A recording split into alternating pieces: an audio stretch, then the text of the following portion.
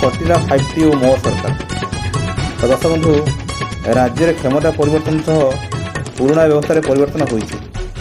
ନବୀନ ପଟ୍ଟନାୟକ ସରକାରରେ ଆରମ୍ଭ ହୋଇଥିବା 5T ଓ ମୋ ସରକାରକୁ ବନ୍ଦ କରିଛି ବିଜେପି ସରକାର। ବିଭିନ୍ନ ସରକାରୀ କାର୍ଯ୍ୟାଳୟ ପରିସରରୁ ବୋର୍ଡ ହଟାଇବା ପାଇଁ କୁହାଯାଇଛି। ଏନେଇ ରାଜ୍ୟ ସୂଚନା ଓ ଲୋକସମ୍ପର୍କ ବିଭାଗ ପକ୍ଷରୁ ନିର୍ଦ୍ଦେଶ ଦିଆଯାଇଛି। ସରକାରୀ କର୍ମଚାରୀଙ୍କ ମଧ୍ୟରେ ବୃତ୍ତିଗତ ଓ ବ୍ୟବହାରିକ ପରିବର୍ତ୍ତନ ପାଇଁ ନବୀନ ସରକାର ଆରମ୍ଭ କରିଥିଲେ ମୋ ସରକାର। ଏହାଦ୍ୱାରା ରାଜ୍ୟ ସରକାର ଓ ସରକାରୀ କର୍ମଚାରୀଙ୍କ ଉପରେ ଲୋକଙ୍କ ଭରସା ଆଣିବାରେ ସହାୟକ ହେବ ବୋଲି ପୂର୍ବ ସରକାର ଦାବି କରିଥିଲେ।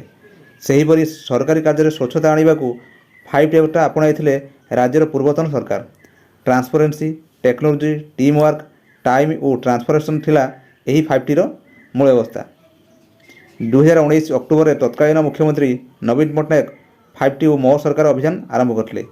ଏହାର ଦାୟିତ୍ୱ ନେଇଥିଲେ ପୂର୍ବତନ ମୁଖ୍ୟମନ୍ତ୍ରୀ ନବୀନ ପଟ୍ଟନାୟକଙ୍କ ବ୍ୟକ୍ତିଗତ ସଚିବ ଭିକେ ପାଣ୍ଡିଆନ। ତେବେ ଅନେକ ସମୟରେ ସେତେବେଳେ ବିରୋଧୀ ଏହି ବ୍ୟବସ୍ଥାକୁ ବିରୋଧ କରିବା ସହ ଏହା ଉପରେ ଅନେକ ପ୍ରଶ୍ନ ଉଠାଇଥିଲେ। ତ ଦର୍ଶକ ବନ୍ଧୁ, ଇଏ ଥିଲା ଯେଉଁ 5T ଯେଉଁ ବ୍ୟବସ୍ଥା ଥିଲା ତାର ରାଜ୍ୟ ସରକାର ହଟାଇଛନ୍ତି। ଯଦି ଆପଣମାନେ ଏବେ ସୁଦ୍ଧା ଆମ ଚ୍ୟାନେଲ ଅଛନ୍ତି କିନ୍ତୁ ସବସ୍କ୍ରାଇବ୍ କରନ୍ତୁ ଏବଂ ଆପଣଙ୍କର ମୂଲ୍ୟବାନ ମତାମତ କମେଣ୍ଟରେ ଲେଖନ୍ତୁ। ଦର୍ଶକ ବନ୍ଧୁ, ରହିଲେ ନମସ୍କାର, ଜୟ ଜଗନ୍ନାଥ।